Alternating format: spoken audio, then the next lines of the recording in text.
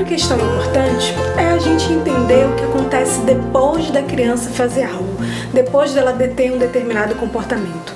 O que acontece depois vai influenciar em se a criança vai fazer isso de novo ou não. De modo muito simples, a gente diz que quando o que acontece depois é algo que é agradável para a criança, ela tende a fazer novamente. Mas a gente precisa entender aqui uma coisa muito importante.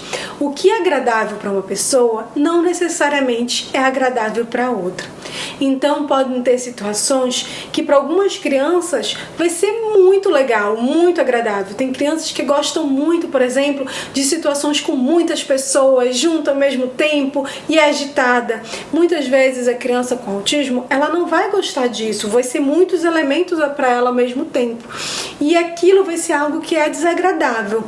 Então eu preciso parar para entender o que é agradável para mim, né, criança?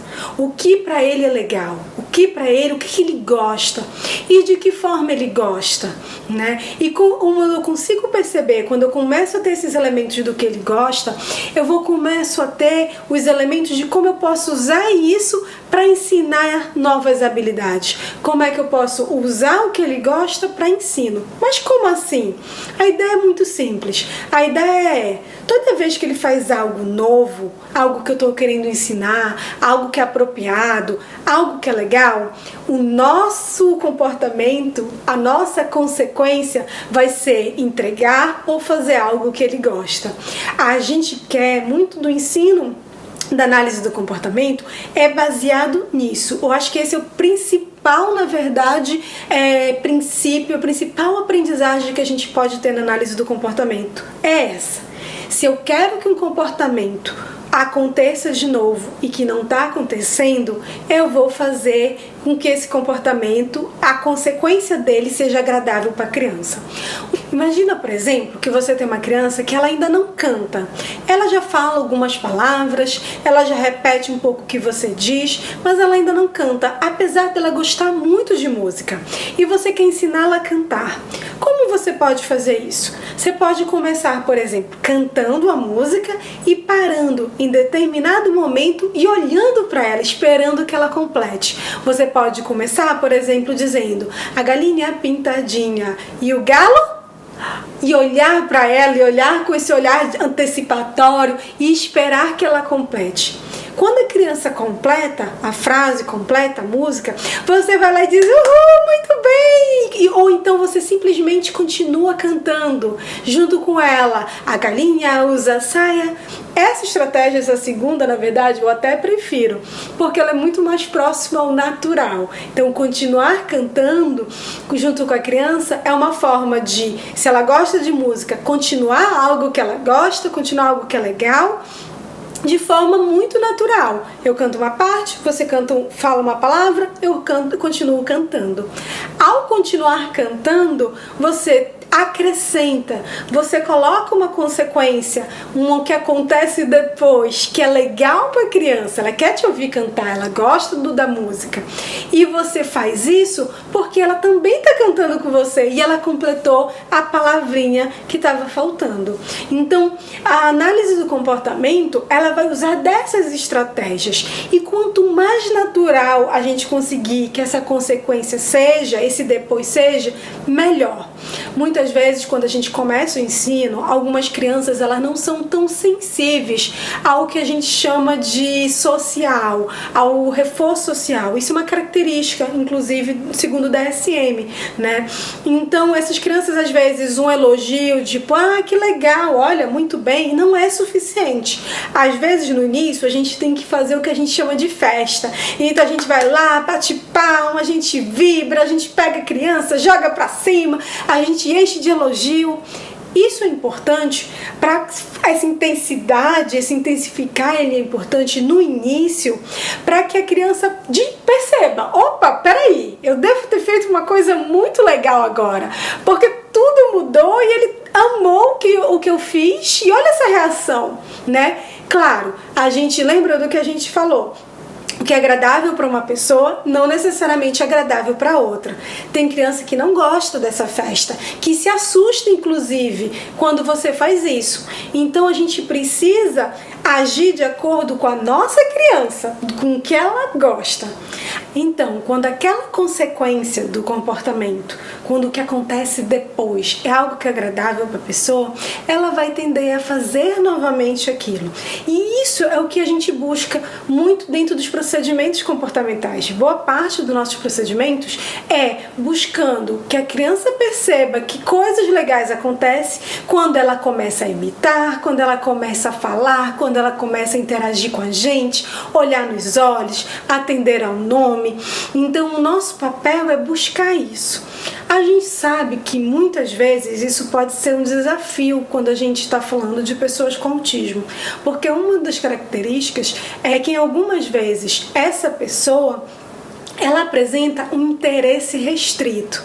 Então, esse interesse restrito por determinadas ações, por determinadas atividades, ou então ela vai apresentar uma forma não usual de interagir com os objetos, uma forma não usual de interagir com os estímulos, seja girando, seja enfileirando. E ao apresentar muitas vezes esse interesse restrito e essa forma não usual de lidar com os brinquedos, ela acaba muitas vezes com isso tendo uma redução do número de coisas que é prazeroso para ela. Algumas crianças têm inclusive restrições alimentares, não é tudo que ela gosta, não é tudo que ela come, não é tudo com que ela brinca. As pessoas muitas vezes não são tão reforçadoras ainda para ela, e às vezes a gente precisa ensinar todas essas habilidades.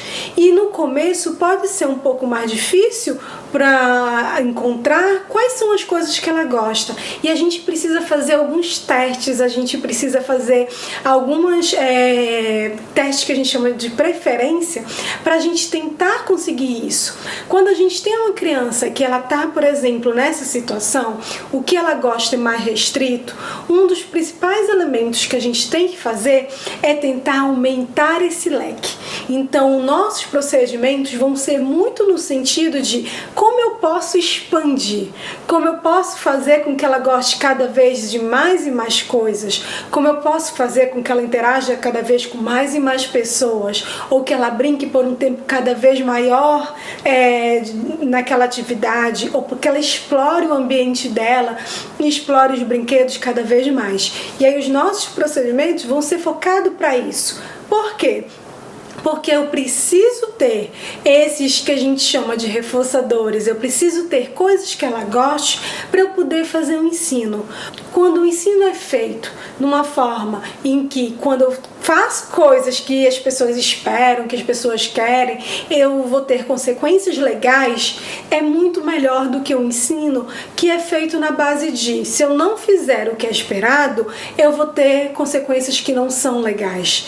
Ambos podem até funcionar, mas um é com muito mais felicidade, com muito mais prazer, muito mais rápido. Então a gente tenta focar nessa forma de estar ensinando para a criança. Uma outra forma da gente aumentar comportamentos da criança é quando, ao fazer algo, ela retira, ela foge, ela se esquiva de alguma coisa que não é agradável para ela. Então eu sempre brinco, tipo assim, pense tipo um ninja, tá vindo algo e ele consegue se esquivar, ele consegue evitar.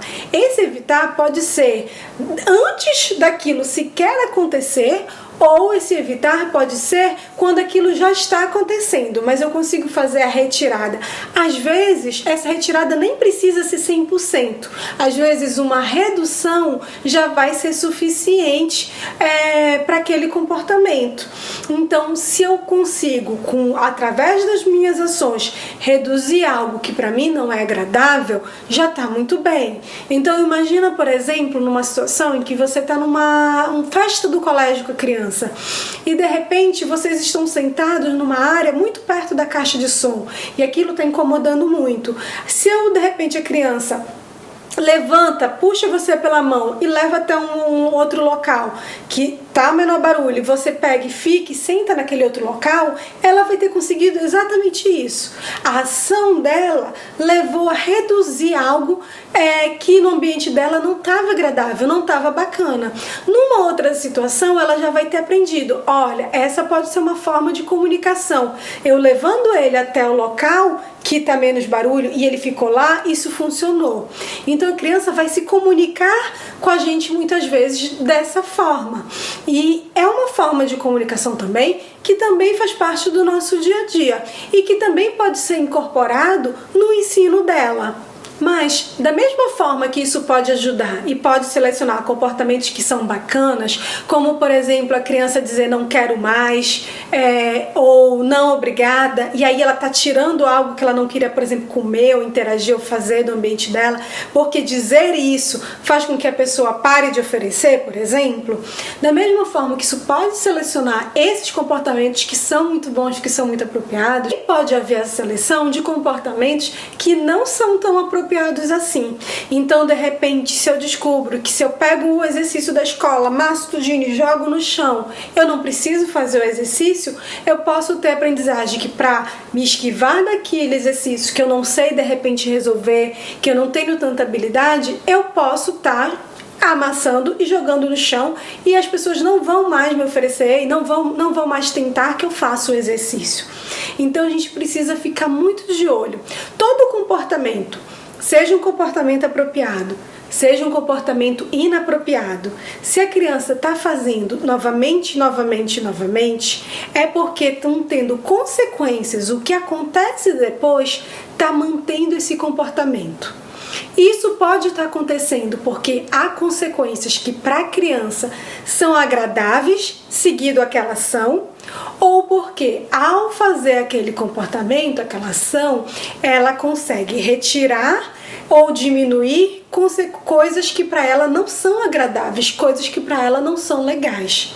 E é necessário que a gente olhe para ver qual das duas situações que estão ocorrendo, qual dos dois é o que está mantendo, qual a função que a gente fala, que está mantendo que a criança continue a fazer isso. Olhar e entender essa chave é muito importante. A gente vai entrar em outra aula, especificar mais para vocês as 4 principais razões pelos quais os comportamentos inadequados ocorrem. Podem ficar tranquilos que a gente vai falar uma aula somente sobre isso.